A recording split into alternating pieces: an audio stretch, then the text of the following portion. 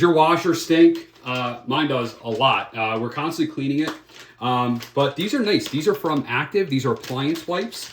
And they seal it pretty well. They have like a door, and then they have another door. It's like baby wipes. And you just reach in there and you grab one. These will clean out mold and all that nasty stuff that's in there. It's good to give it a little wipe every once in a while. But they're real thick and kind of bigger. And you get into all kinds of different areas here and wipe everything down. Usually what I like to do is use these after you use the clean cycle, because after you use the clean cycle in these, there still is a lot of like stuff that it kind of like breaks up and it's in there. So you use this to sort of wipe it out and really clean out all the mold and mildew, and you clean all the, if you had a front loader, you can also use these to clean the mold or any kind of nasty mildew that grows on the front, you know, on those seals. That's really where this would come into play. My front loader, you know, they work really well, but I don't have that problem.